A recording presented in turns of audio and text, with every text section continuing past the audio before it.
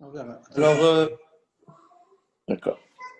le chiot de ce soir, euh, on va dire quelques petits mots d'abord sur la paracha. Et puis après, on va prendre la Gemara. Mais j'ai un petit doute sur la Gemara.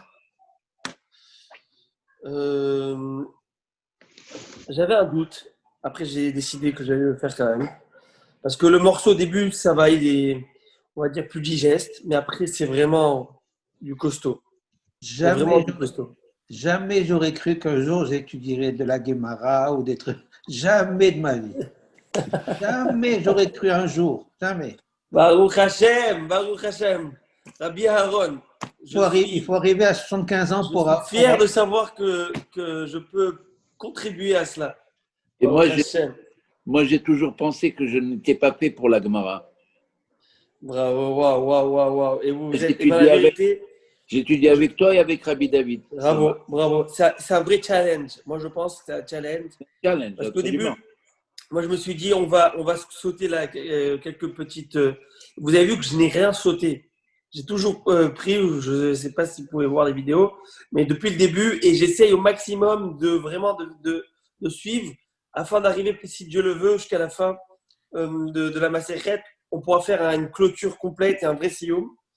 Et donc, j'avais vraiment un dilemme dans la prochaine page. Est-ce qu'on saute ou pas quand je l'étudiais? Et elle est vraiment. Ouh là là. C'est question-réponse, reprendre. Après, j'ai dit non, je veux le faire. Mais Adviendra que, comment on dit, advienne que pourra. Et Bezrat Hashem. Rabbi Charles, vous êtes avec nous? Oui, je suis là, mais j'arrive pas à rentrer en vidéo.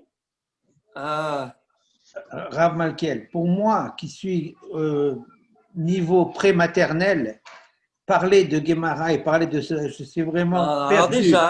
déjà, je vous rassure, vous n'êtes pas de niveau prématernel. Oui, Vous êtes bien plus que ça. Non. Et bac plus 50. Non. Ça, c'est un. Mais c'est vrai que c'est. En es-tu juif? Non, mais en expérience, l'expérience de la vie, c'est déjà très grand. Mais c'est vrai que il n'y a pas d'âge pour apprendre. Et à chaque moment, et vraiment, je vous dis maintenant, sans faire de pommade, d'accord? C'est que vraiment, vous pouvez être fiers de vous. Parce que, comme vous dites à cet âge, commencer des nouveaux sujets, je pense que c'est, je ne sais pas si on peut appeler ça une remise en question, mais c'est voir d'autres horizons et c'est vraiment extraordinaire. Et bravo, c'est tout à votre honneur. Et j'allais dire que c'est la paracha de la semaine, Lech Lecha. Abraham, Hachem lui dit à Abraham, vas-y, Lech Lecha, pour va. Alors, avant de commencer dans ce Lech Lecha, je vais dire que ce shiur soit les réfouaches lema de Raphaël Haïm Bar Rachel, qu'Akadosh Baruch Hu envoie une réfouache lema rapidement. Amen. Il y a Amen. tout le Shach Olam Lecha Israël, parmi tous les malades, un prompt rétablissement si Dieu le veut. Alors, Hachem va dire à Abraham, alors apparemment, dans les écrits, c'est le premier des 10, il y en avait un avant, c'est un des premières épreuves où Abraham va se faire éprouver et Hachem va dire à Abraham, à l'âge de 75 ans, donc c'est vraiment toute une remise en question, change de pays, change d'endroit, change de ta ville natale, va à la découverte d'un endroit mystère. Il ne va pas lui donner en plus de destination où je te montrerai. Et ça, c'est très dur. L'homme déteste, n'aime pas être dans le mystère, dans l'inconnu. Ou préfère être comment on dit, l'homme préfère reconnaître que connaître. N'est-ce pas? Ça veut dire qu'un endroit où je connais déjà, que j'ai déjà ma situation dedans, mais même si cette situation n'est pas bonne, l'homme préfère rester dans son carcan, ça veut dire de rester dans cette situation que d'aller à un endroit peut-être meilleur pour lui, mais il ne connaît pas. Rabbi Shalom, quand je vous vois votre visage, ça me rappelle que je ne dois pas bouger. Voilà, exactement. Bougez pas trop. Ouais, mais je sais pas. Vous êtes là, Rabbi. Attendez, j'appuie comme ça. Peut-être c'est mieux comme ça. C'est bizarre. Comment ça se fait que Sa caméra c'est écrit marche que pas. la caméra, non, c'est écrit que sa caméra elle est en marche. Oui, mais c'est où elle est, il y a un truc pour le fermer. Rabbi Charles, vous êtes sur un iPad, vous êtes sur quoi? Il est en mute. C'est ta bibliothèque, Aaron, derrière toi. Non. Je suis sur mon portable, Alors, mon cellulaire. alors peut-être il a pas quand il a demandé d'avoir accès à la caméra, il a dit non. Bon, ok, c'est pas Ouais, grave. exactement. C'est ce qu'on m'a dit. Non. Bon, ok, c'est pas grave. Ok. Alors Hachem va dire à Abraham, Lech lecha me'artzecha, quitte donc va de ton pays, de ta terre, Molatecha, de la terre natale, Bet avicha, la maison de ton père, et la Haaretz asher areka, vers une terre que je vais, Que je te que montrerai. je t'indiquerai, je te montrerai. Ve'esra le goy gadol, je ferai de toi un grand peuple, une grande nation, Vavarechecha, et je te Je bénirai. te bénirai. Vagadela shemecha, j'agrandirai ton nom, Veye beracha, et tu seras bénédiction. Vavarecha mevarechecha, celui qui te bénit, Tu seras je béni. le bénirai. Ou mekalelecha, or celui qui le maudira, je le maudirai. Benivrichu becha comme mishpechot adama, et toutes les familles de la terre se béniront par toi. Alors, c'est quoi ces versets, cette promesse? Alors, je voudrais juste partager avec vous le Rashi, sans rentrer dans de trop grands commentaires, mais il n'y a pas plus beau et plus grand que Rashi. Alors, on va essayer de comprendre déjà le pshat. Lech lecha, va pour toi. Rashi dit lecha, va pour toi. C'est quoi va pour toi? C'est le'alata ou tovatecha. Le bon Dieu Pour dit à ton bien. Abraham, à l'âge de 75 ans, quitte cette terre, va où je t'indiquerai, mais c'est pour toi, pour ton bien. C'est toi qui vas en profiter. Là-bas, je ferai de toi une grand peuple. Et ici, tu n'auras pas d'enfant. Il était stérile. Sarah était stérile. Pas d'enfant. Donc, s'il n'a pas d'enfant, le bon Dieu, là, il est en train de lui promettre le jackpot. Tu vas où? Tu vas dans un endroit et je te donnerai un enfant. Bon. Et plus encore, je vais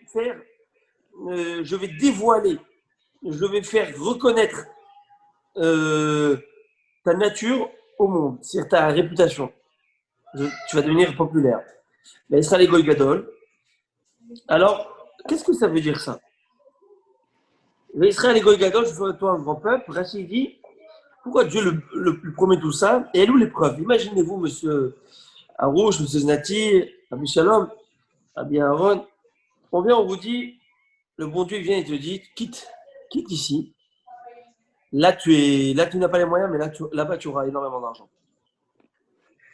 Bah, je sais pas, moi, je prends mes clics et mes claques et j'y vais, quoi. Où est l'épreuve? Où est l'épreuve ici? Là, tu n'as pas d'enfants, L'épreuve, là-bas, tu auras des enfants. l'épreuve, c'est sa croyance en Dieu. C'est ça, le fait qu'il a eu Emouna dans ce que lui a dit Dieu et qu'il n'a pas cherché à poser des questions. Il a suivi le chemin que Dieu lui a dit, vas-y. Il dit, j'y vais. Ça veut dire que le fait qu'il ait cru aux paroles d'Hachem, eh ben, cet émouna, on va dire, simple, pshuta, eh ben, ça, c'est la grandeur d'Abraham. Et l'épreuve que vous dites, c'est de ne pas poser de questions, en fait, d'y croire. Bon, j'allais dire qu'Abraham, il a quand même 72 ans d'expérience avec le bon Dieu, quoi. À 3 ans, il a reconnu, il a 75 ans, je veux dire, si, je sais pas pour moi, mais moi, s'il me l'avait dit, et j'avais eu l'expérience d'Abraham, c'est une bonne question, mais comme vous dites, c'est dur à cet âge de tout changer et d'avoir cette émouna et d'aller dans un pays inconnu. Je sais même pas où tu vas poser tes affaires. Tu dis quoi à ta femme où on va? Je sais pas. Tu t'imagines dire ça? C'est-à-dire que et ben, le projet de sa vie, c'est de suivre le bon Dieu.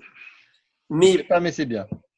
Mais par contre, Rachid dit quelque chose de joli. Elle est où aussi, comme vous dites, Rabbi Charles, la émouna, mais une émouna qui est encore plus profonde. Parce que le bon Dieu te promet des choses. Il te promet d'être riche, on va le voir. Ve'isra les goy gadol, c'est-à-dire d'avoir une grande nation, un peuple, c'est-à-dire des enfants. Et Vavarecha, je te bénirai, c'est de mammon, c'est dans l'argent. Et Vagade la Shemecha, j'agrandirai ton nom, ça veut dire que tu auras une grande réputation. Alors, Abraham s'est posé une question. Enfin, plutôt, il ne s'est pas posé la question. Il a été ma'amine, comme vous dites, tout de suite, il a cru. Parce que la logique étant que le périple, le voyage, au contraire, affaiblit toutes les chances que de s'enrichir. Un vagabond, un errant, eh ben, il ne peut pas se caser, il ne peut pas commencer un boulot, un travail. L'épreuve d'Yitzhak, c'est sa dernière épreuve. Là, on est au début de ses épreuves. Donc, on est vraiment tout au début. Là, on est au début. Et on va aller crescendo. De plus en plus dur. Donc, d'aller dans cet endroit, je réponds là, quand je dis à Kader Yitzhak, parce que Rabbi Aaron, je ne sais pas si vous voyez dans le chat, M. Znati nous a texte. Il a demandé du fait que je l'ai déjà éprouvé dans la Kader Yitzhak. Ça, c'est après, plus tard. Alors, la route, ça ne donne pas beaucoup de chance d'avoir d'argent et de se faire un capital. La réputation, certainement pas. Pour avoir une bonne réputation, il faut faire un nom. Un nom, c'est dans un endroit fixe. Tu t'es fait ton nom. Tu as gagné ton nom. Mais si tu erres d'un endroit à l'autre, le temps d'y arriver, comment tu vas réussir à… Et plus encore, c'est que la route, l'essence, ça coûte d'argent. Les hôtels, les restaurants. Au contraire, tu ne fais pas des économies dans les voyages. Alors, le bon Dieu lui dit, vas-y, tu auras l'argent, les enfants, etc. Et aussi les enfants, comment on peut faire des enfants en route? Avoir des enfants, puis après voyager, combien de temps ça va prendre? Et bien que selon la nature des choses, le voyage va contre tout ça, eh bien il l'a fait. Et Hachem lui a promis, il y va. Après il lui dit, Veye Beracha, tu seras Beracha. C'est quoi tu seras Beracha? Tu seras bénédiction. Qu'est-ce que ça veut dire que tu seras bénédiction? Alors il te dit, Rashi, Aberachot netunot beyadecha. Les bénédictions, la force de la bénédiction, elle te revient. Tu auras le pouvoir de bénir. Bravo, tu auras le pouvoir de bénir. Jusqu'à maintenant, elles étaient en mes mains. J'ai donné la beracha à Adam, à Rishon, à Noach et à toi. Je t'ai béni, je vous ai béni. Mais là, pas seulement que je vous ai béni, là, je vous donne la force de bénir. Et ça, c'est quelque chose qui est extraordinaire dans le Ham Israël. Prenez la beracha du Ham Israël. Prenez la beracha d'un tzaddik. C'est la force de la parole du tzaddik, la parole d'un Ben Israël. Un Ben Israël tout simple. La force et le pouvoir de sa parole est très fort. Ça, c'est le Hachem nous a donné cette beracha. Alors ça, il explique, c'est ça l'idée. Ve'esra l'egol gadol. Je ferai de toi un grand peuple. Ça veut dire que tu auras des enfants. Vavarecha, je te bénirai dans l'argent, bien que le voyage fait perdre de l'argent, moi je te bénirai. Vagade la shemecha, je t'agrandirai ton nom. Et une bonne réputation, bien que le voyage c'est contre nature. Veillez beracha, tu seras bénédiction, je te bénis. Et je te donne le pouvoir de la bénédiction. Mais là, Rachid va donner une autre explication très intéressante. Et il dit, tu sais ce que ça veut dire, je ferai de toi une grande nation. Zé sheomrim Elohé Abraham. C'est ce que l'on dit dans la prière, dans la Hamida. On commence par Baruch Ata Hashem, Elokeinu melech haolam. Et Baruch Ata Hashem, Elokeinu ve'Elokei avotenu, excusez-moi. Mon Dieu est le Dieu de Elokei Abraham, Isaac, Jacob, Elokei Magen Abraham, Abraham. Elokei Yitzhak, Elokei Yaakov. Elokei Abraham, le Dieu d'Abraham. Et bien c'est ça, lorsque Dieu bénit Abraham, il dit Vesra les Golgadosh, je ferai de toi un grand peuple. Cette bénédiction se traduit par le fait qu'on dit, lorsque son peuple, le Ham Israël, sa descendance, parle au bon Dieu, communique avec Hachem, et bien il rappelle Elokei Abraham, Dieu d'Abraham. Puis après il va lui dire Vavarecha, je te bénis. C'est quoi te bénirai? C'est le fait qu'on dit Elokei Yitzhak. On parle de son fils, Elokei Yitzhak. Voir son fils. Vagalela shemecha, et j'agrandirai ton nom. J'ai Omrim Elokei Yaakov, c'est le fait qu'on dit Elokei Yaakov. Alors là, c'est vraiment extraordinaire. Yachol yu hotmim bikulam. Est-ce que cela se pourrait-il que quoi? Que on va faire la beracha avec tout le monde. Ça veut dire, à la fin, on dit Baruch ata Hashem magen Avraham. Yachol yu hotmim kulam, Talmud Mohamar, veye beracha. J'explique. Hachem dit, est-ce que penses-tu qu'on va terminer, on va clôturer la bénédiction par toi, par tout le monde? Non. La clôture, elle n'est que par toi. Magen Baruch Abraham. Hashem, Magen Abraham, le bouclier d'Abraham. C'est-à-dire que même si au début, on entame la Mida avec Eloké Abraham, le mérite d'Abraham, Yitzhak et Jacob, mais après, lorsqu'on fait la bénédiction, clôture, la bénédiction, Baruch Hashem, on rappelle Magen Abraham, et c'est ça ce qui est écrit dans le verset, Vehiye Beracha, tu seras Beracha. On terminera la Beracha par toi. Alors, j'avais vu à l'époque une belle chose qui disait que on pourrait dire un petit peu que c'est on pourrait dire que chacun avait un trait de caractère. Abraham, c'était la bonté, le chesed. Yitzhak, c'était la justice, la rigueur. Chaque chose à sa place. C'est pas. Et Yaakov, c'est la L'harmonie. Torah. C'est la Torah, mais aussi Yaakov, on va dire, c'est l'équilibre parfait. L'harmonie. C'est l'harmonie des deux. Mais la bonté, c'est quelque chose d'extraordinaire. Alors, on dit comme ça. À la fin des temps, à l'époque du Messie, les moments seront durs. Alors, Les quoi seront durs? Qu'est-ce qui sera dur? l'époque sera dure, sera difficile à vivre, compliquée à vivre. Et la Gemara va dire, Maïaase Adam, qu'est-ce que l'homme doit faire, Vinatzel, Mechevlo shel Mashiach, afin de s'épargner les douleurs de l'enfantement du Mashiach. Et la Gemara va dire, Ya'asok Batorah, qui étudie Torah, ou Begmilut Hasadim, et dans le Hesed, en faisant de la bonté, des gestes de bonté entre les gens, alors avec les gens. Donc, peut-être c'est cette explication. Yachol Bekulami ou Chotmim, est-ce qu'on termine avec tout le monde? Non, on ne peut pas être rigoureux aujourd'hui. Aujourd'hui, c'est beaucoup de dons, de bonté. C'est-à-dire que la bracha qui clôture pourrait rappeler un petit peu la clôture de la fin des temps. Magen Abraham, c'est Abraham. C'est quoi Abraham? C'est le chesed, beaucoup de chesed. Même si tu ne dois rien à l'autre, fais-en du chesed. Parce que nous, on ne vit que sur du chesed. En fin de compte, on vit que sur la bonté divine. Parce que personne ne mérite vraiment. Personne ne peut dire « je mérite, tu me dois ». Dieu n'a aucun dû. Alors, si on vit par le mérite du chesed, alors à notre tour de faire du chesed pour pouvoir dire à Hachem « j'essaie de faire comme toi ». En tout cas, bon, c'était une petite idée que je voulais vous partager. Voilà. Maintenant, on avance. Par Rabbi qui avait du temps d'Abraham une pièce de monnaie qui portait son effigie. Les gens connaissaient tellement Abraham qu'il y avait une pièce de monnaie qui était frappée de son effigie. De l'effigie d'Abraham, oui. Je crois que j'ai vu même ce midrash et je crois même, une petite seconde, on va parler de ça. Hein.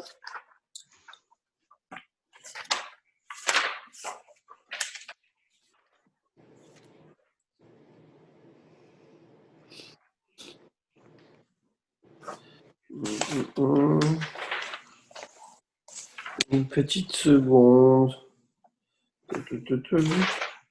Non, vous me parlez de ça. Je crois que c'était dans le Me'am Loès que je l'ai trouvé. Oui, c'était possible, mais j'essaie d'amener ce fameux midrash en parlant de la pièce de monnaie. Une petite minute.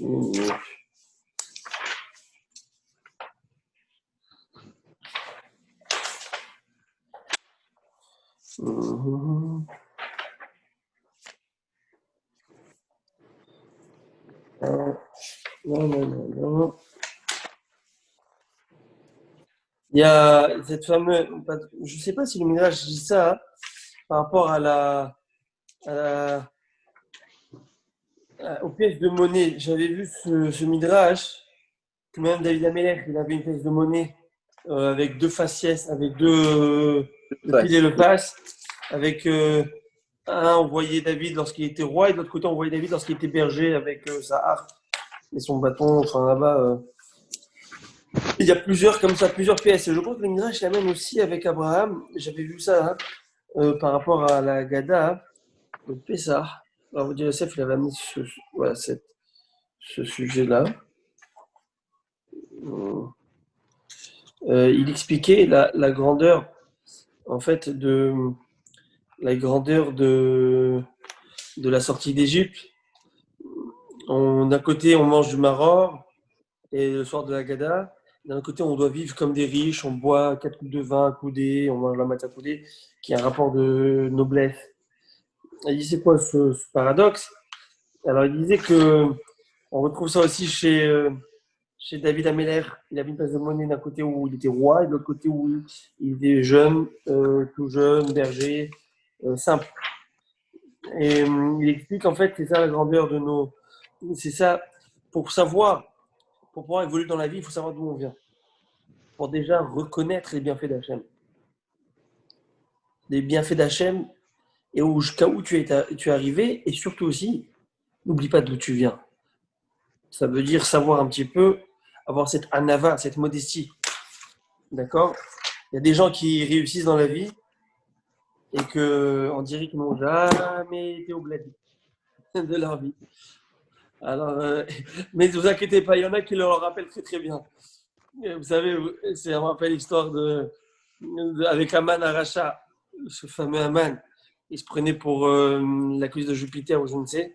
Et jusqu'au Mordechai lui a dit, Mordechai lui a sorti une chaussure. Tout le monde se prosternait devant lui et Mordechai a dit qu'il lui a sorti une chaussure. Dans cette semelle, la semelle de cette chaussure, il avait écrit un contrat à l'époque où Aman n'était qu'un petit soldat.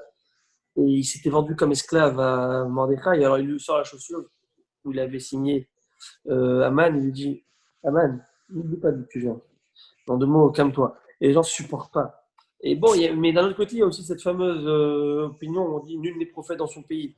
Ça veut dire que parfois, pour pouvoir développer et avancer dans sa vie, il faut savoir aussi quitter un petit peu tout. Et les gens ont du mal, c'est comme ça que c'est. Je ne sais pas, c'est le bon Dieu qui a écrit ça dans. Les gens ont du mal voir un confrère, celui qui était assis dans les bancs d'école avec lui, évoluer, avancer, progresser mieux que lui. C'est comme ça. D'accord? Et les gens, ils ont parfois un petit, même s'ils sont contents pour lui, ils ont un petit soupçon de jalousie mêlée à une soi-disant joie. Mais bon, on va pas rentrer dans tout ça. Maintenant, vous pouvez ça discuter, vous pouvez remettre en question ce que je dis ou pas. Maintenant, on y va. On reprend la Gemara, notre fameuse Gemara, page 14, folio B, la Fudelet à Moudbet. Alors, je ne sais pas si vous m'avez avec moi.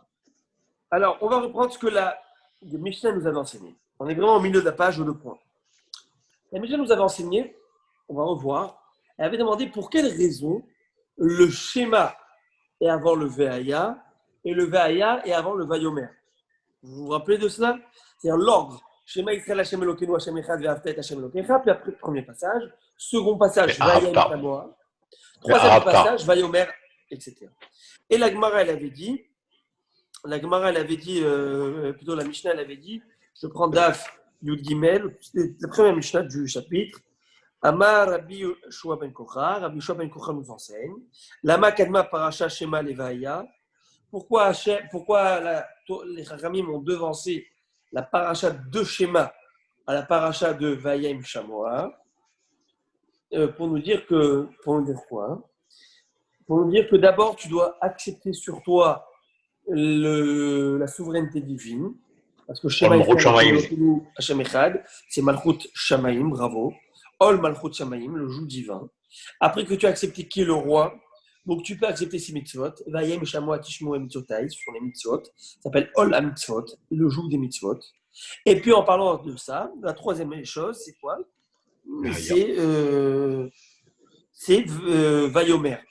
Vayomer qui parle de la mitzvah des tzitzit. Et comme la mitzvah des tzitzit n'est praticable que la journée, non pas le soir, parce que le soir, on ne peut pas voir les tzitzit, et c'est écrit au ritem auto, il faut le voir. C'est-à-dire un moment où tu peux le voir facilement, aisément, et ce n'est qu'en journée. Donc, comme la mitzvah des tzitzit n'est que le soir, on a préféré mettre Vayomer en troisième position, parce que le premier paragraphe et le second paragraphe parlent et du soir et de la journée. Donc, vous avez compris la priorité et pourquoi la hiérarchie est des trois parachiotes, la chronologie. Bon. Maintenant, on va voir ce que Rabbi Shimon Bar Yochai nous donne une autre explication. Question, Rabbi Malkiel. Oui. Le schéma n'est pas dans la Torah, c'est pas une ordonnance de Torah, c'est pas venu tel qu'il est. Oui, bien sûr. Il a été modifié par les rabbanim, par les nos sages. Il est tel quel, brut. La question, elle est la chronologie. Tel que nous, on fait le schéma, ce sont plusieurs paragraphes qui sont pris de plusieurs parachiotes. C'est bien la Torah qui demande de les lire. C'est la Torah qui demande, Beshorvecha ou Fkumecha, à ton lever, à ton coucher. Mais la manière que ça a été mis en place, de cette manière, la logique, c'est la Torah. Mais on va essayer de comprendre la logique. Toute logique est toraïque, il faut le savoir. Toute logique est toraïque. Ça, c'est très important de savoir. Et comme j'ai dit, je vous une petite parenthèse, vous permettez? Allez-y, allez-y. J'ai dit à la prière de Shacharit Shabbat, donc on était dans le second minyan, vous étiez en first class, on était derrière. Alors on a dit que je m'amuse, Rabbi Henri, je m'amuse. Alors j'ai écrit comme ça, il est Toldot Noach, Ish Tzadik Tamim Haya B'Dorota. Voici la génération de Noach, ou l'histoire, etc. Noah. Noach, Ish Tzadik. Noach, c'est un homme pieux, Tamim, intègre dans ses générations. Et la question qu'on a demandé, c'est que je comprends qu'on dise Tzadik, Tamim, adjectif qualificatif de Noach. Mais de dire que Noach est un homme qui est pieux, je sais très bien qu'il est un homme. J'aurais pu dire Noach est pieux et intègre. Pourquoi ai-je besoin de dire est un homme pieux et intègre? Le fait de dire Noach est pieux et intègre, je comprends qu'on parle de Noach et qu'il est pieux et qu'il est intègre. Il n'y a pas de mots en plus, il n'y a pas de la prose. On ne peut pas faire des mots en plus. La Torah, c'est Hachem qui parle. Donc pourquoi dire Ish Tzadik Tamim? Voyez-vous pourquoi ce mot de Ish en plus? Alors j'ai rappelé, j'ai dit ce que Rav Salanter nous dit. Dans la vie, avant d'être pieux et d'être intègre, il faut être un homme. Il faut être stable. Il faut avoir une certaine maturité.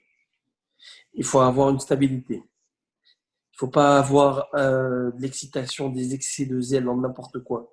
Un jour ci, un jour ça. Et un jour tu vas être sadique, un jour tu ne vas pas être sadique. Un jour, vous voyez ce que je veux dire? Ça veut dire, d'abord sois un gentleman. D'abord travaille tes traits de caractère. Et puis après tu peux parler de sadique, etc. Parce qu'il n'y a pas de plus horrible que manger du foie gras dans des assiettes sales. Il n'y a pas plus. Il faut faire attention. Tu parles de piété. La piété, ça se situe dans un kéli, dans un ustensile propre. Et ça, c'est le trait de caractère. Donc, soit un bench. Et comme disait Rav Salanter, la première mitzvah de la Torah, vous savez ce que c'est? De ne pas être un imbécile. De ne pas être un imbécile. Soit d'abord un ish, soit un homme avec du bon sens. Et là, puis après, tu peux être tzaddik tamim. Ça, c'est très important, ça. Parce qu'il y a des gens qui sautent les étapes.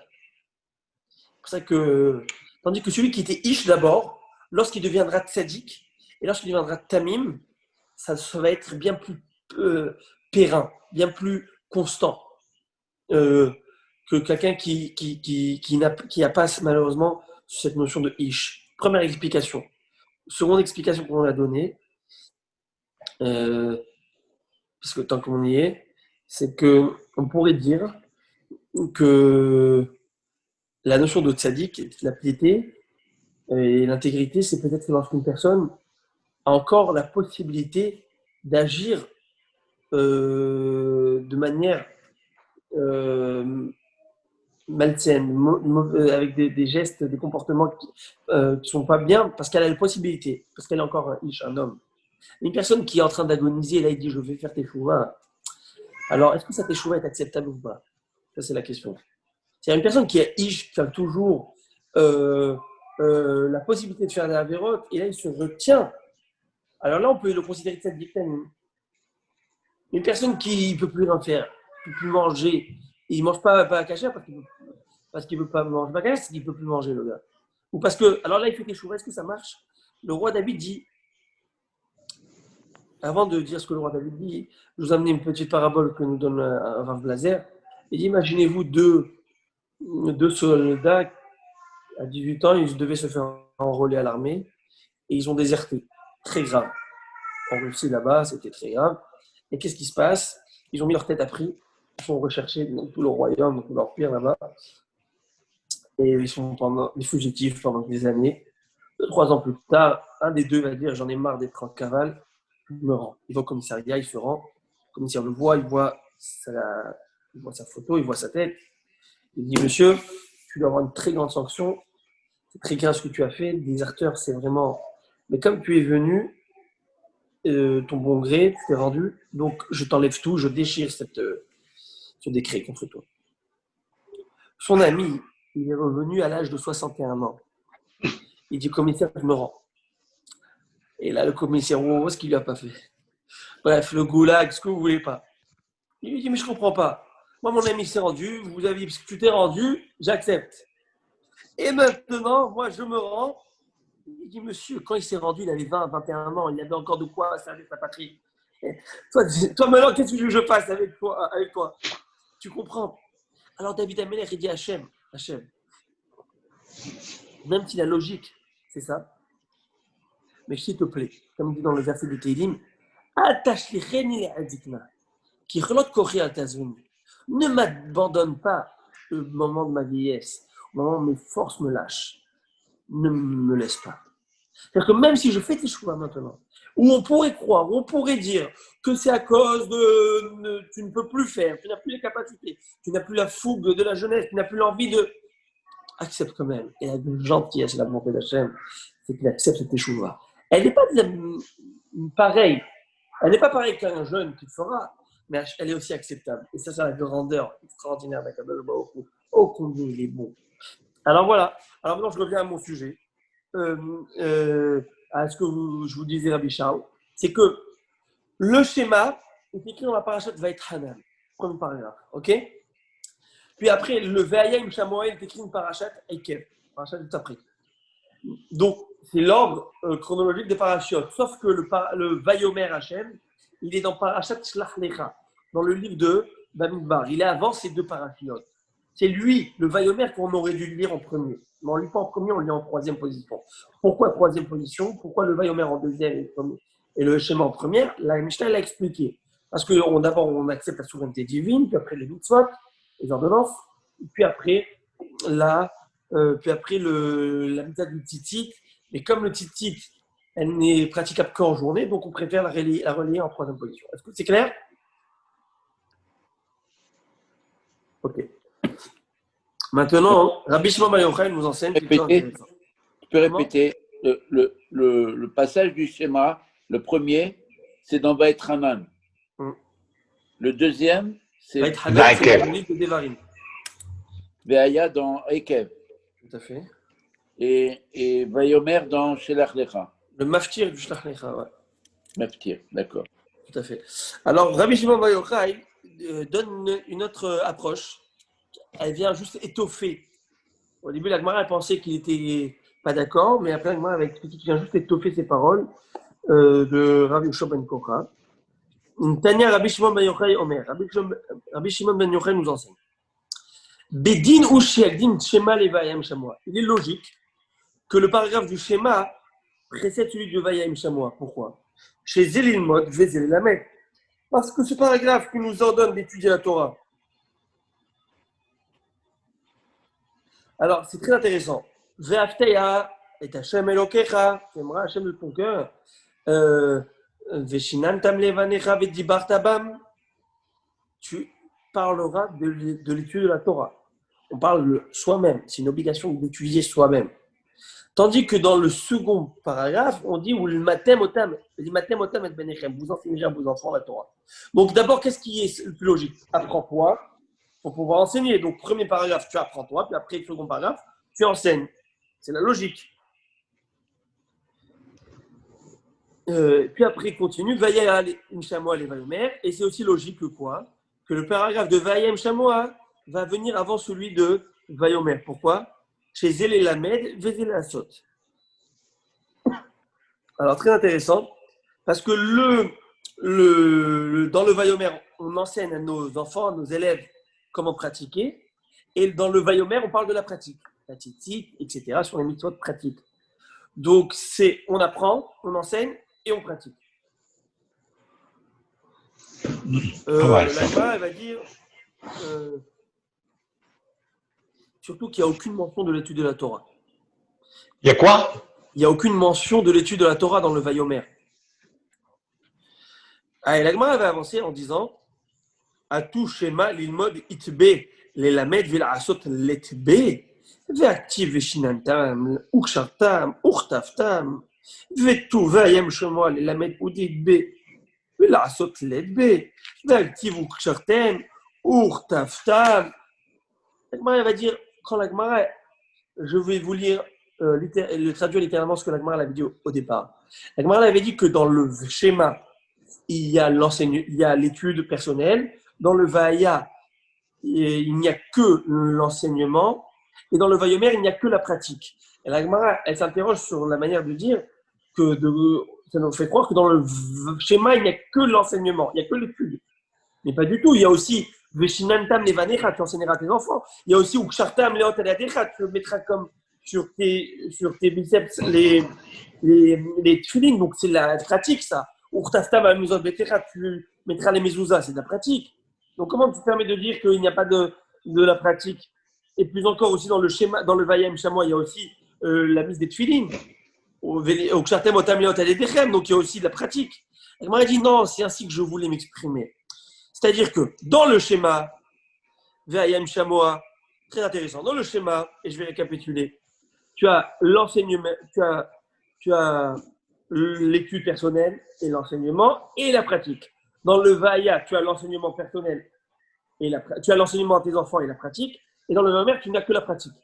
Donc vous voyez, c'est pourquoi Rabbi Shimon bar Yochai dit que c'est ça que on monte avec ses bases, schéma, Vaya, etc. La Gemara dit, me dit Rabbi Shimon ben Kocha. Tu viens me raconter tout ça, quand on dit le schéma en premier, puis après le Vaya en second.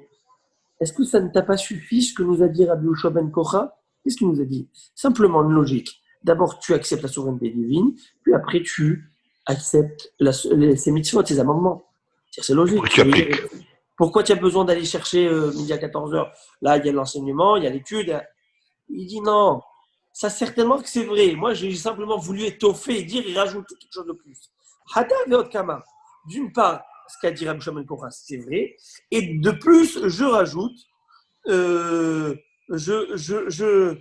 rajoute ce que je viens de dire, que dans le schéma, il y a quelque chose de plus encore que dans les trois autres. C'est tout. C'est juste une explication supplémentaire que Rabbi Shimon ben Kocha a rajoutée. Maintenant, on va rentrer un petit peu plus dans la pratique intéressante de choses. Donc là, on est encore dans un sujet un peu plus assez facile. Rav Mashi Yadé. La Gemara va rapporter une anecdote par rapport à ce sujet. Qu'est-ce qu'on fait d'abord? Le schéma, l'étude de la Torah, on verra. Rav Mashi Yadé. Rav, quand il se levait le matin, donc il faisait Netiat Yadayim, Mashi Yadé. Bekara Kiachema, puis après il faisait le schéma. Ve'anach tefilin ve'tzalé. Puis après il portait les tefilin et il faisait sa prière. Très intéressant l'ordre. Lavage des mains, donc Netiat Yadayim, schéma, tefilin, prière. Ve'echi avidachi. Et la Gemara s'interroge comment Rav a pu agir de la sorte. Ça veut dire quoi de la sorte? On va voir. Ve'atan. Pourtant, c'est écrit dans une braïta. A hofer cour les mettre bekever. Alors, allez-nous. Celui qui creuse une cour, c'est une alcôve. C'est quoi une alcôve? À l'époque, dans les endroits où ils enterraient les gens dans les caveaux familiales, vous savez, ils enterraient, on va dire, comme sur des étages. Je ne sais pas si vous avez déjà vu ça dans des grottes. C'est pas à terre. Ils mettaient la famille comme ça, ils l'enterraient, vous voyez, comme des tiroirs. Vous voyez ce que je veux dire? Ils en ont construit maintenant. Dernièrement, ils en ont construit à Jérusalem parce qu'il n'y a plus de place. Il y en a plus. À Ramouchot. C'est ça. Ouais. À Givat Shaoul. Ouais. Voilà, à Givat Shaoul, il n'y avait plus de place. Alors, ils ont commencé à entrer dans les falaises. Parce qu'en plus, là-bas, ça vaut très très cher. Hein. C'est très dur à acheter, à acquérir un terrain là-bas. C'est le vrai prix de l'immobilier. En tout cas. Hein? Arazetim. Non, Arazetim, c'est encore. Mais en tout cas, alors il y a écrit que celui que pour un funérail, c'est mitzvah. Là, ils doivent enterrer quelqu'un. Le gars, il est en train de creuser. Celui qui est en train de creuser une alcôve pour un mort dans un caveau funéraire. Patou mikat shema, ou minat tefila, ou minat tefilin. Eh bien, il est dispensé de la récitation du schéma, de la prière, et des tefilin. ou mikol la mitzvot amurot batorah, et de toutes les autres mitzvot de la Torah. Pourquoi? Nous avions étudié ça à l'époque, vous vous souvenez que, alors c'est que ma mitzvah, pas tout mina mitzvah. Vous vous souvenez, on avait vu que celui qui est occupé à faire une mitzvah, il est dispensé de toutes les mitzvot. Là, il est en train il faut enterrer quelqu'un, le mort attend, c'est pas respectueux, il faut l'enterrer. Par contre, Giazman Kiachima, cependant, lorsque le moment du schéma est arrivé, Olé, il monte donc de sa grotte, Notel Yadab, il se lave les mains, parce qu'il est dans un endroit sale, impur, on manière téfilines, il pose des téfilines. Donc imaginez-vous, lui, il fait ça le matin à l'aube, avant l'aube, le temps du schéma n'est pas encore venu, il va monter, il va mettre les téfilines, Koré Kiachima, il fait le schéma et il prie.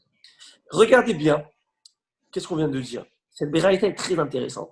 Elle dit au départ, celui qui creuse donc un tombeau, il est dispensé de toutes les mitzvot. Juste après, en fin de béraïta, on te dit, et lorsque l'heure du schéma est arrivée, il doit monter, se laver les mains, poser les filines, faire schéma et la prière.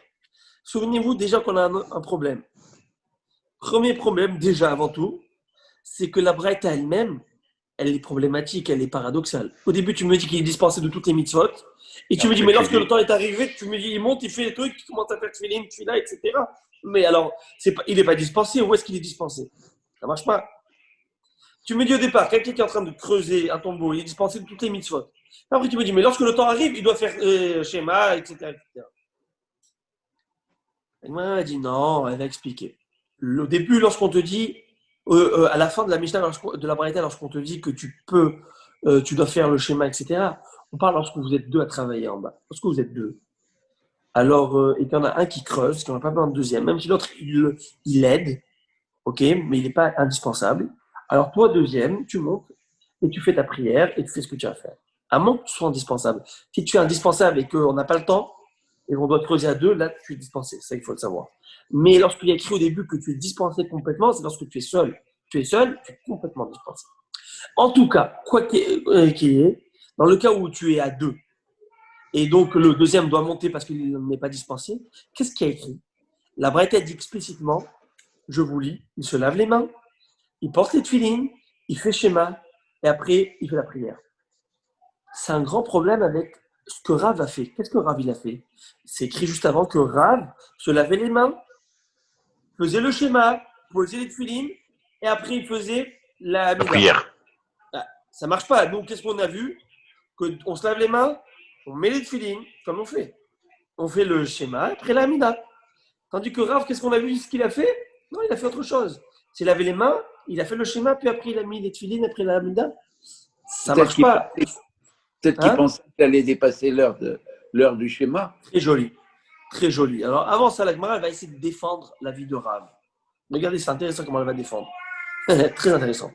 Rav, il a raison. Rav, il doit faire certainement comme qui? Comme Rabbi Yoshua ben Kochas virale.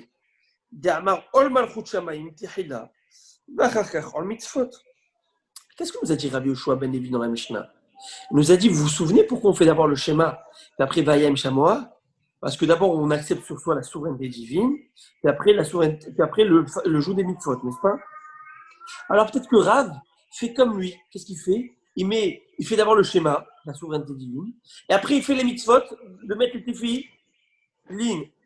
Donc il doit penser dans cette même théorie. C'est ça l'idée. La Gemara va dire, mais n'importe quoi. Emar d'Amar Rabbi Yoshua ben Kocha la ligne Kriya le Kriya, Kira le Asiya Mishamatli, mais n'importe quoi. Lorsque Rabbi Yoshua ben Kocha nous a dit de d'abord avancer, devancer la souveraineté divine, puis après le joug des mitzvot, c'est dans la lecture des choses. Dans la lecture, mais pas dans l'action. Dans l'action, d'abord, tu mets tes tefilines, et après, tu fais ton schéma. Parce que, et c'est plus logique, on verra dans quelques minutes pourquoi c'est plus logique. Dans 2 minutes. Vetou, et plus encore, on verra pourquoi. Mais ça va aller qui est Rabbi Yoshua ben Kocha. Est-ce que vraiment pense-t-il, lui, comme Rabbi Yoshua ben Kocha, qu'il faut faire d'abord quoi? D'abord la souveraineté divine, l'acceptation, la souveraineté divine, puis après les mitzvot. Mais on voit clairement qu'il ne pense pas ça, d'où je le sais, parce qu'il y a un témoignage de Rav Ria Barashi qui dit Zemi'in tsagi'in avak amina de kamederav. À nombreuses occasions, je me suis tenu devant Rav, ou Magdim et Rav se levait tôt, Mashiyade, il faisait la Ntiat Adaim, ou Mevarer, il faisait la Beracha de la Torah, donc c'est la bracha, ou Metne Elan Pirkin, il nous enseignait à nous, ses élèves, un shiur de la Torah, et Rachid dit de suite qu'un shiur de la Torah, c'est quoi? C'est des mitzvot, n'est-ce pas? C'est l'étude de la Torah. Donc on voyait bien que d'abord il faisait la mitzvot, après il faisait quoi? Il faisait le schéma après le shiur, et puis après, non, excusez-moi, après le shiur, il mettait le finin, et là il fait le schéma. Donc tu vois bien que lui, il faisait les mitzvot avant de faire le schéma. Donc il ne va pas selon cette théorie que d'abord il faut l'acceptation de la souveraineté divine, puis après les mitzvot. Alors Agmara, ça veut dire que Agmara essaie de montrer que Rav ne pense pas comme Rav Yishua ben Korra, qui a cette logique de schéma, Ve'aya. Pourquoi? Parce que d'abord tu acceptes sur toi la souveraineté divine. Preuve, il faisait un cours avant le schéma. Agmara va dire n'importe quoi. Elle rejette cette réponse complètement. Elle ne dit pas du tout. Elle dit peut-être que Rav, il faisait de cette manière, c'est parce que le temps du schéma n'était pas encore arrivé. Il n'allait pas jouer carte là. Il n'a rien à faire, donc il fait d'abord un cours. Pas parce il pense que l'acceptation des mitzvot doit devancer le schéma. C'est simplement parce que le temps du schéma n'était pas encore arrivé. Et il s'est levé avant l'aube.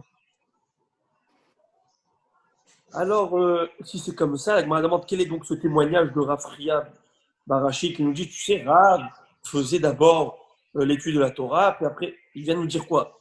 Il vient nous raconter la vie, c'est quoi l'idée? En fait, il est venu nous enseigner peut-être que Rav, il faisait birkot à Torah, les brachot de la Torah, même pour de la Gemara.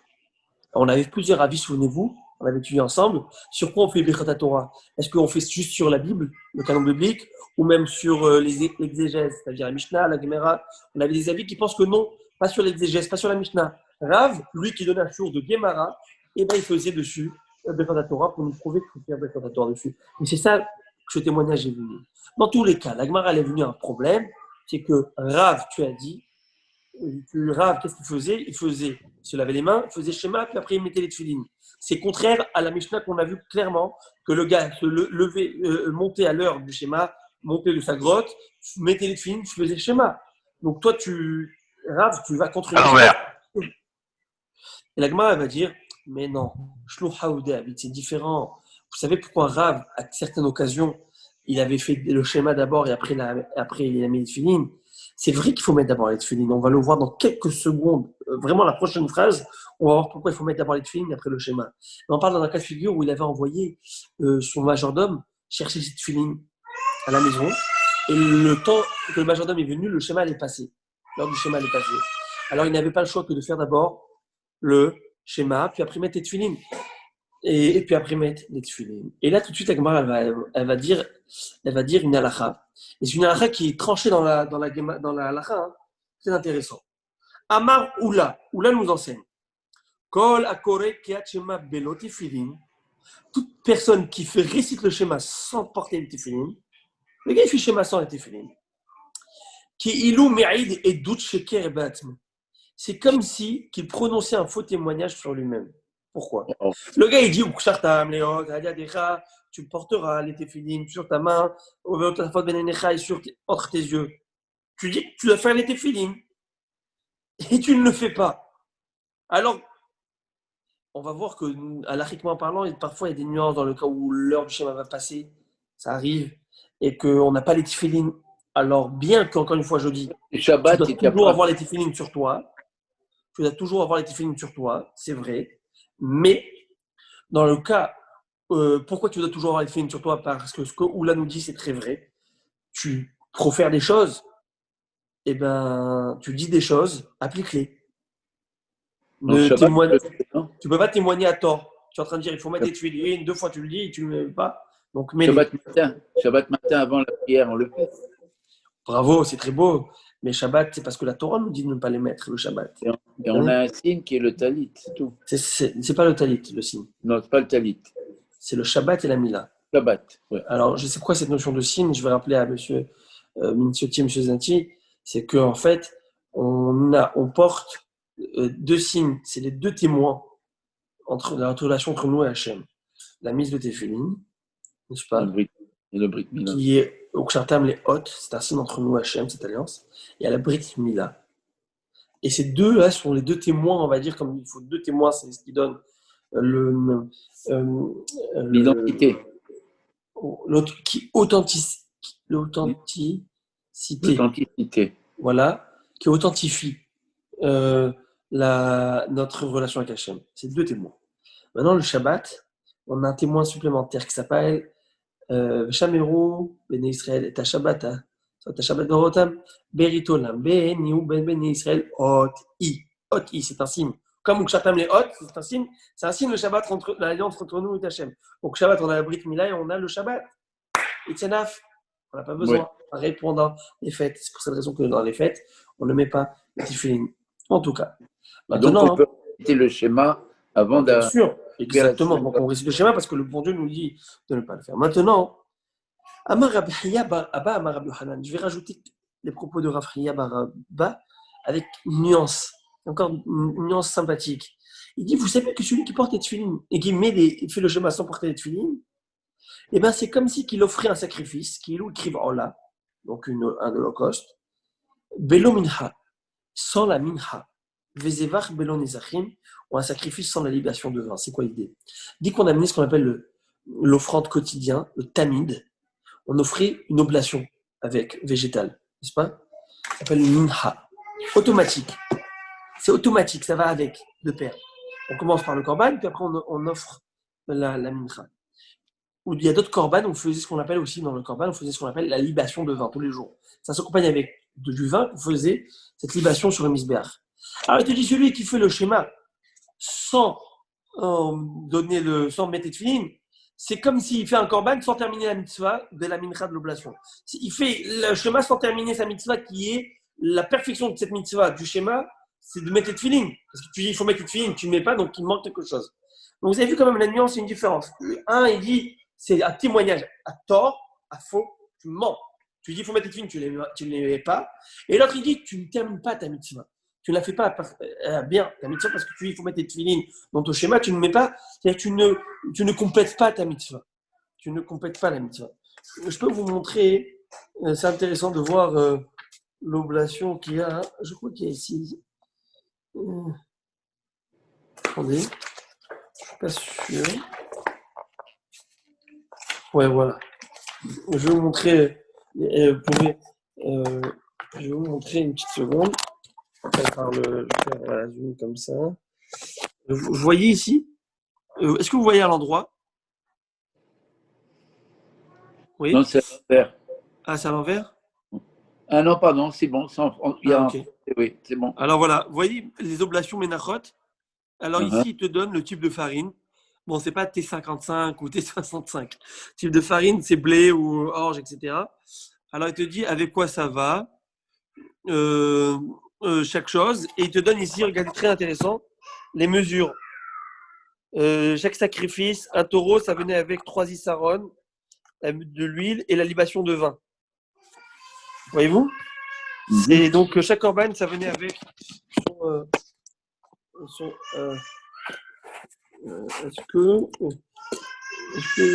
est-ce pour cela que ça va rapporter une toute la journée?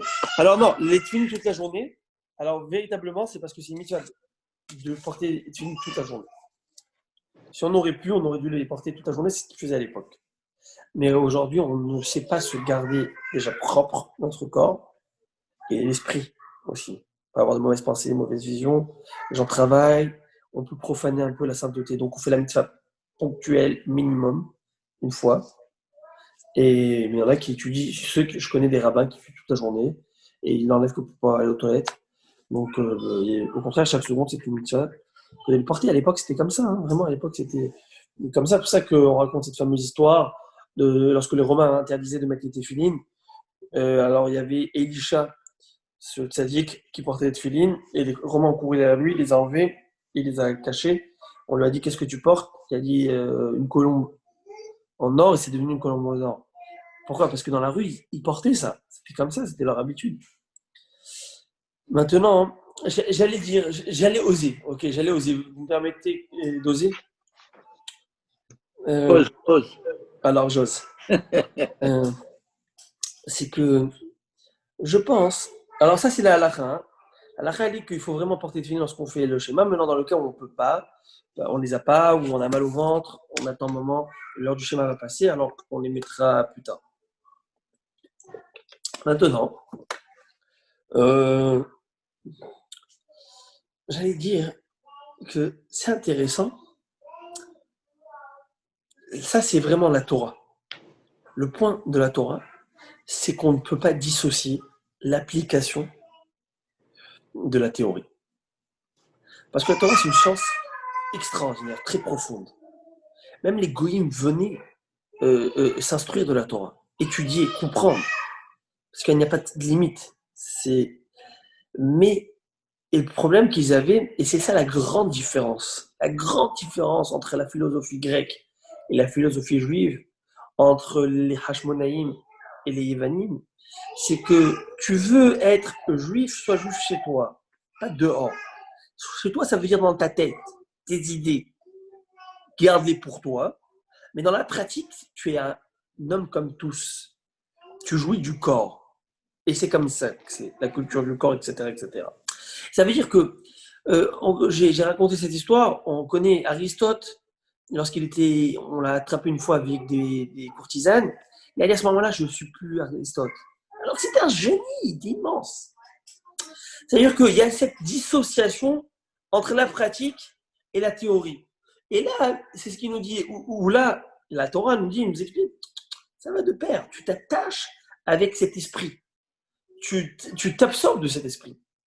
Et tu peux pas, maintenant, encore une fois, tu peux avoir une difficulté momentanée. Bon, il y en a que momentané, ça dure des dizaines et des dizaines d'années. C'est possible aussi. OK? Mais dans l'esprit de l'application, il veut faire, sauf qu'il a la difficulté. Il veut le faire. Sauf que chez le goy, tu peux très bien expliquer en fac de médecine que la cigarette est pas bon pour la santé. Tu fumes ta cigarette à la fin du cours. Parce que ça n'a rien à voir. J'explique une réalité qui est comme ça. Mais moi, je veux fumer. Ça m'engage en rien. Ça ne m'engage en rien. Sauf que la Torah, c'est une vérité absolue qui t'engage dans tout. Ça veut dire que de la même manière qu'il y a 355 membres, il y a 365 mitzvot. Il y a 248 membres, 248 mitzvot positifs. 365 tombent dans le nerf à ligament, 365 mitzvot négatifs. Ça veut dire que vraiment, on est liés. Tu ne peux pas faire cette rupture entre la pensée et l'application. C'est ça qu'il faut faire très attention. Et c'est pourquoi, je pense, c'est écrit dans la maintenant je rajoute un petit, maintenant ça me vient les idées, on n'a pas le droit de mettre des tefilines seulement, vous le savez. Les tefilines de la tête. Je ne peux pas avoir juste des tefilines baladées, des tefilines de la tête. À moins que quelqu'un il est sans bras ou il y a une raison où il a fini. Mais normalement, je ne peux pas. Vous avez remarqué ça aussi. Comment on est d'abord les tefilines? On est d'abord les tefilines de la tête, après c'est de la main. Parce que celles de la main peuvent être seules, mais pas celles de la tête. Il y a peut-être cette idée derrière.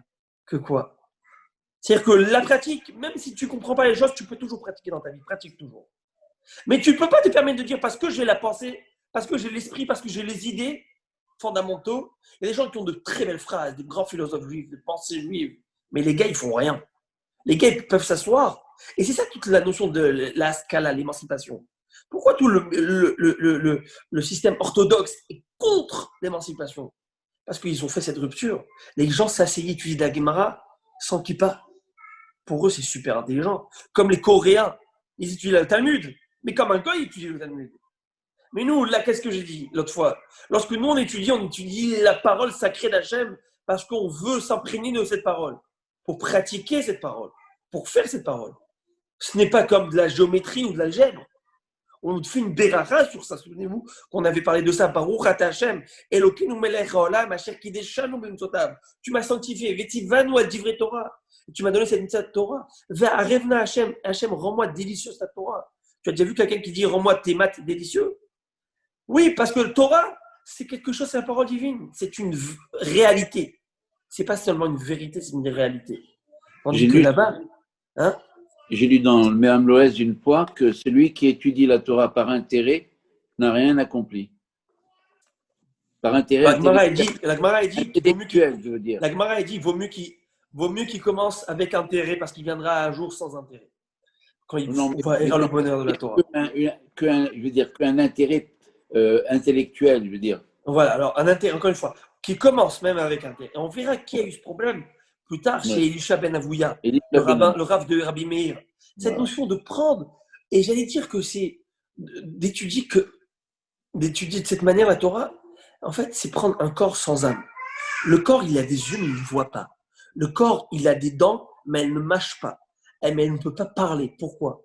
Qu'est-ce qui fait d'un corps mort, inerte, un vivant? C'est l'âme qui est dedans. Et bien la Torah, les paroles, les mots, la Torah, le parchemin, c'est de la matière, c'est de l'esprit. Mais c'est l'esprit qui est derrière tout cela, qui est derrière chacune de ces lettres, qui donne la Kedusha, qui donne la Torah Treim, Torah de vie. Quand Moshe Rabbeinu a détruit les tables de la loi, eh ben, il écrit que les lettres sont envolées. La Torah ne meurt pas. La Torah s'envole, elle est là, l'esprit est là. Et c'est ça, peut-être, je voulais me permettre et oser dire que c'est ça qui nous dit oula. Faut pas faire ne vis pas une vie paradoxale. Ne vis pas une vie paradoxale. Et après, je voudrais rajouter, Rafria Baraba nous dit que c'est comme si qu'il avait apporté une offrande, mais sans ce qui va avec, sans les Nessachim, sans la. Alors là, j'allais dire que peut-être Rabbi Hanan voit d'une autre façon les choses. Certes, il doit être d'accord avec tout ce qu'on dit, mais il y a encore peut-être des gens qui sont d'accord avec tout ce qu'on dit. Ils sont d'accord. Mais ils sont, j'allais dire, lazy. J'allais dire à leur manière. Ça va, je me comprends, le bon Dieu me comprend. T'inquiète. Je m'organise. Je m'organise avec le bon Dieu. Je fais à ma sauce. Je vais amener un korban sans menachot. Je vais amener un korban sans oblation. C'est un korban, pourquoi pas? J'ai tout donné. Oui, mais un protocole. Un korban, ça vient avec une mekha. Ah, ça vient avec ça. Ah, mais c'est essentiel, c'est le cœur, mais l'essentiel. C'est vrai tout ce que tu dis. C'est vrai que l'essentiel, c'est le cœur. Mais bien que l'essentiel, c'est le cœur, il y a une manière de faire. Et la manière de faire, c'est de ne pas couper et découper. Maintenant, et je le dis, je le répète clair, c'est que même si on a difficulté à faire, mais lorsque mon idéal, c'est d'arriver à ça un jour, alors tu es dans le bon chemin. Alors tu n'es pas dans cela. Mais quand une personne est content et pour lui c'est un idéal, ça, c'est comme ça que ça va être et ça ne va jamais changer, il ne sait jamais se remettre en question, là est le problème. Là est le problème. C'est ça que peut-être j'essaie de détourner et d'expliquer en espérant que je ne me dise pas de bêtises. Bref, à Botaï, on a pris quelques minutes de plus. Je m'en excuse. Mais Bezat Hashem, jeudi, on va voir un shiur. Préparez les bouteilles d'eau parce que ça va être chaud. Voilà. Bravo. Bon Krim Tio. Grand plaisir. Très beaucoup. Merci. Kol Tov, Kol Tov.